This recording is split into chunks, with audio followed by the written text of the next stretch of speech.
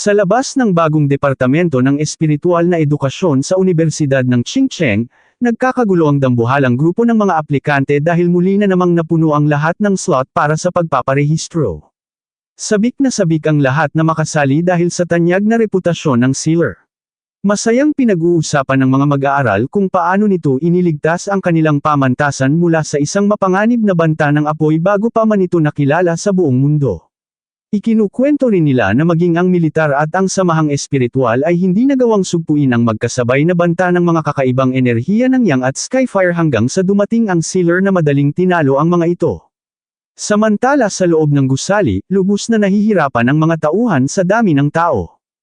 Ang listahan ng mga naghihintay para sa pagsusuri ng kakayahan ay umabot na hanggang sa susunod na buwan, at hindi man lang naging hadlang ang pagtataas ng mga pamantayan sa pagtanggap para mapigilan ang dagsa ng tao. Ipinaliwanag ni Su Qingying na ang matinding bugzo ng mga aplikante ay dala na rin ng kasikatan ng sealer dahil nais ng lahat na malaman ang sarili nilang potensyal sa cultivation. Bigla namang may dalawang aplikante ang may kumpiyansang lumampas sa mahabang pila kaya agad silang sinabihan ng mga tauhan na mahigpit na ipinagbabawal ang sumingit. Ipinakilala ng batang lalaki ang kanyang sarili bilang si Lu Xing, ang pangulo ng konseho ng mag-aaral. Kasama ang dating kasintahan ng bida na si Chu Qingli, magalang na nakiusap si Lu Xing na makausap ang isa sa mga nangungunang propesor sa pananaliksik na si Lu Yun.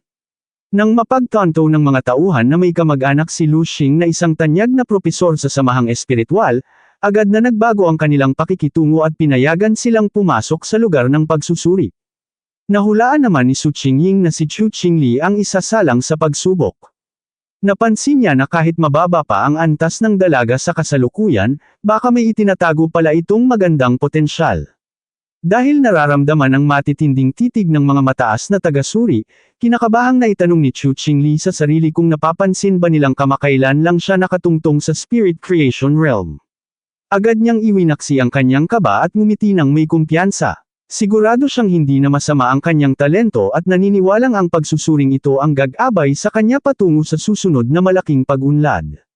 Humarap si Chu Qingli sa plataporma ng scanner at huminga ng malalim para pakalmayin ang kanyang sarili habang nag-uumpisa na ang makina. Mapait niyang naalala ang masakit na karanasan nang marating niya ang spirit creation realm. Halos ikamete niya ito at hanggang ngayon ay hindi niya alam kung bakit mas naging marahas ang pinagdaanan niya kumpara sa iba. Maging si Lu Xing ay nagsabi sa kanya na mas naging madali ang sarili nitong pag-unlad. Sa kabila nito, nagpasya siyang gamitin ang koneksyon sa lalaki upang umakyat sa kapangyarihan sa anumang paraan. Galit siya sa pagbabago ng mundo dahil sinira ng pagkabuhay ng espiritual na enerhiya ang kanyang komportableng buhay. Bago nagbago ang lahat, hinding-hindi niya ipagpapalit ang bida na kanyang dating kasintahan para lang sa isang mas hindi kaakit-akit na katulad ni Lu Xing. Nagsimula ng umugang ang scanner at nagpakawala ng mabigat na enerhiya ng diretsyo sa kanya habang nahihirapan siyang tumayo ng matuwid sa plataporma. Nagtatanong siya sa sarili kung bakit labis pa rin siyang nahihirapan at kung bakit tila isang matinding paghihirap ang bawat pagsusuri para sa kanya. Habang nanunood mula sa silid control, napansin ng opisyal na halos hindi man lang umabot ng 10 segundo ang dalaga sa ilalim ng matinding presyon. Tinansya niya na ang bilis ng paghigop nito ng enerhiya ay mababa sa 70%, kaya maituturing na ordinaryo lamang ang kanyang talento. Sinubukan siyang ipagtanggol ni Lu Xing sa pagsasabing mapupunan ng lakas ng loob ang kakulangan sa talento. Gayunpaman, natapos na ang pagsusuri ng makina at lumabas na pangkaraniwan lamang ang kanyang elemento ng kahoy na siyang dumasag sa kanilang mga pangarap. Tumawa ang tagasuri at ipinaliwanag na dahil maagang nakuha ng dalaga ang kanyang kapangyarihan ay narating na nito ang kanyang hangganan at hinding-hindi nalalampas pa sa ikalawang antas ng spirit creation realm. Nang subukang gawa ng paraan ni Lu Xing ang sitwasyon, ipinaliwanag ng opisyal na kahit hindi ito kwalipikado sa piling departamento ng lungsod ng Taishi, maaari niya itong bigyan ng pwesto sa mas mababang sangay sa Chingcheng bilang paggalang sa kanilang koneksyon. Paglabas ni Chu Qingli sa silid pagsusuri, nagsimulang magbulungan ang mga tao. Galit sila na ang isang taong may mababang marka ay nakakuha ng pwesto dahil sa malinaw na palakasan. May pagkauyam nilang pinuna na maging ang mga aplikanteng may mas mataas na potensyal ay tinanggihan. Nagngit-ngit sa galit si Chu Qingli habang hindi pinapansin ang mga pumupuna sa kanya at tinawag silang mga mangmang na walang karapatang humusga sa kanya. Sinabi niya sa sarili na bilang isang maagang nakipagsapalaran ay karapat-dapat lamang siya sa espesyal na pagtrato. Subalit sa pagtingin niya sa kanyang mababang papel ng marka, napilitan siyang tanggapin ang mapait na katotohanan na kailanman ay hindi siya makakatayo sa tabi ng sealer. Kinukumbinsi ni Chu Qingli ang kanyang sarili na isang maalamat at makapangyarihang nilalang lamang ang karapat-dapat sa kanya, habang mapait na pinagsisisihan na ang magulong pagkabuhay ng espiritual na enerhiya ang Sam-Iris sa pagkakataon niyang makipagbalikan sa bida.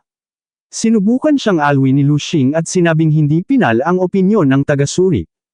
Iminungkahi nito na maaari nilang gamitin ang teknolohiya ng artificial na kristal ng departamento para pilitin ang kanyang paglago kung mabibigo ang likas na pagsasanay.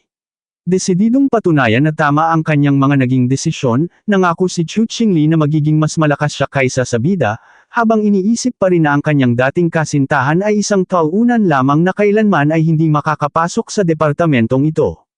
Sa loob ng mga opisina ng departamento, inamin ni Su Qingying na ito ang unang pagkakataon na hindi siya sumang-ayon sa plano ng sealer, at ipinaalala kung gaano katindi ang ipinaglaban ng matandang henerasyon kasama ang pamahalaan para lamang may handa ang landas na ito.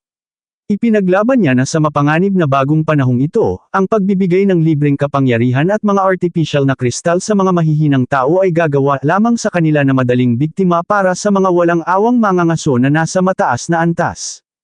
Seryoso niyang itinanong sa sarili kung ang pagsisimula ng isang pampublikong programa sa kultibasyon ay talagang maglalabas ng tunay na talento, o baka naman inihahatid lamang nila ang bansa patungo sa kapahamakan. Nang tuksuhin siya ng mga tauhan sa pag-aalinlangan sa kanyang minamahal na pinuno, sumagot si Su Qingying at inaming nag-aalala lamang siya na kung mabibigo ang eksperimentong ito ay ang kanyang pinuno ang sisisihin ng publiko sa sakuna.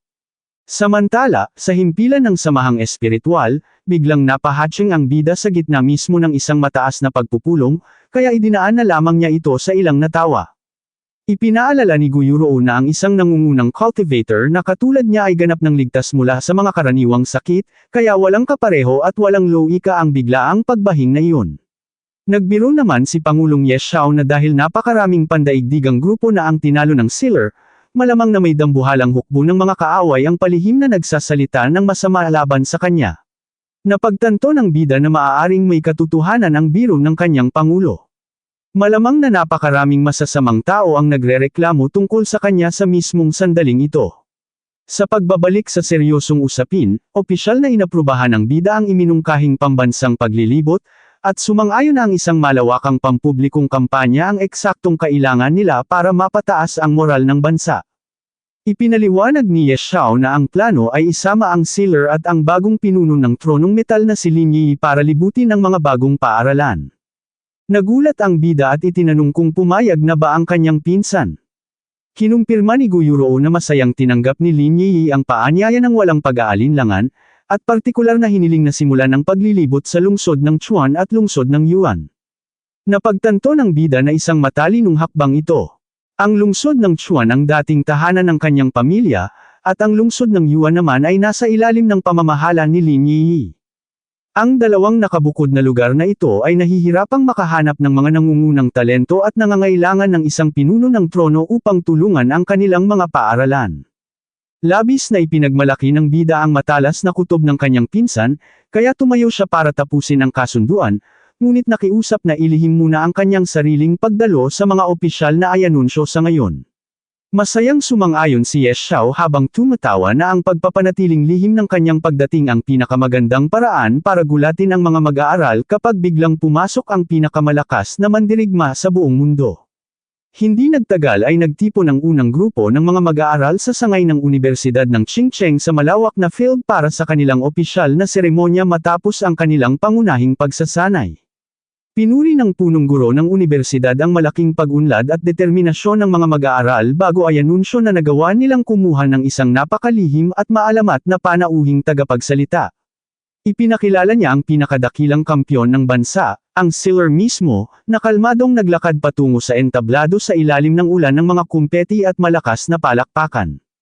Nabigla ang mga mag-aaral sa kung gaano kabata at kagwapo ang kanila palang tagapagligtas, na agad na nagpatunay na ganap na mali ang mga tsismis na siya ay isang matandang lalaki. Habang ang nasa sabik na karamihan ay naghihiyawan para sa kanilang idolo, nakatayo namang tulala si Chu Qingli sa gitna ng grupo, Nablangko ang isip habang napagtatanto na ang maalamat na Sealer ay ang bida pala na kanyang walang kwentang dating kasintahan. Dito na po nagtatapos ang ating kabanata, abangan ang mga susunod pa nating upload. Huwag din kakalimutang mag-like, share, subscribe at i-click ang notification bell, para lagi kayong updated sa mga susunod pa nating mga video.